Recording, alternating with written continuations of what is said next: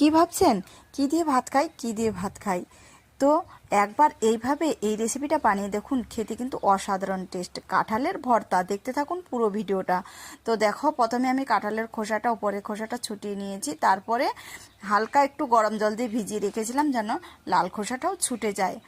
তো তারপরে আমি কড়াইয়ের মধ্যে জল দিয়ে লবণ হলুদ দিয়ে এটাকে সেদ্ধ করে নামিয়ে ফেললাম। আরেকটা কড়াইয়ের মধ্যে আমি সর্ষের তেল দিয়ে পেঁয়াজটাকে ভেজে নামিয়ে ফেলবো। হালকা একটু লবণ দিব, লবণটা দিয়ে কিন্তু ভেজে কিন্তু নামিয়ে নিচ্ছি। আর ভিডিওটি ভালো লাগলে অবশ্যই সাবস্ক্রাইব, লাইক, কমেন্ট করে পাশে থাকবেন। এই দেখো, শুকনো লঙ্কাও ভেজে নামিয়ে নিলাম, দিয়ে দিচ্ছি রসুনের কোয়া, কাঁচা লঙ্কা আর কালো জিরে ভেজে আবারও আমি নামিয়ে ফেলবো, যেহেতু এটা পাটায় বাটা হবে। আর খেতে কিন্তু অসাধারণ টেস্ট হবে। স্বাদ মতো লবণ দিয়ে আমি এখন তো বেটে নিলাম পাটায়। তাহলে কি দেখে কিন্তু জিভে জল চলে আসছে। আর এই রকম রেসিপি থাকলে এমনিতেই কিন্তু ভাত খাওয়ার ইচ্ছে করবেই।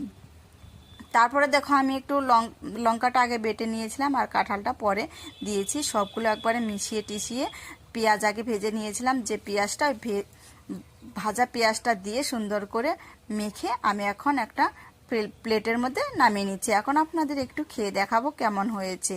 এই যে দেখো, আগে আমি একটা ডিমের তরকারি রান্না করেছিলাম, ওটা একটু সাইডে রেখে দিলাম, আর কাঁঠালের এই ভর্তা দিয়েই এখন খাচ্ছি। অসাধারণ হয়েছে, অসাধারণ।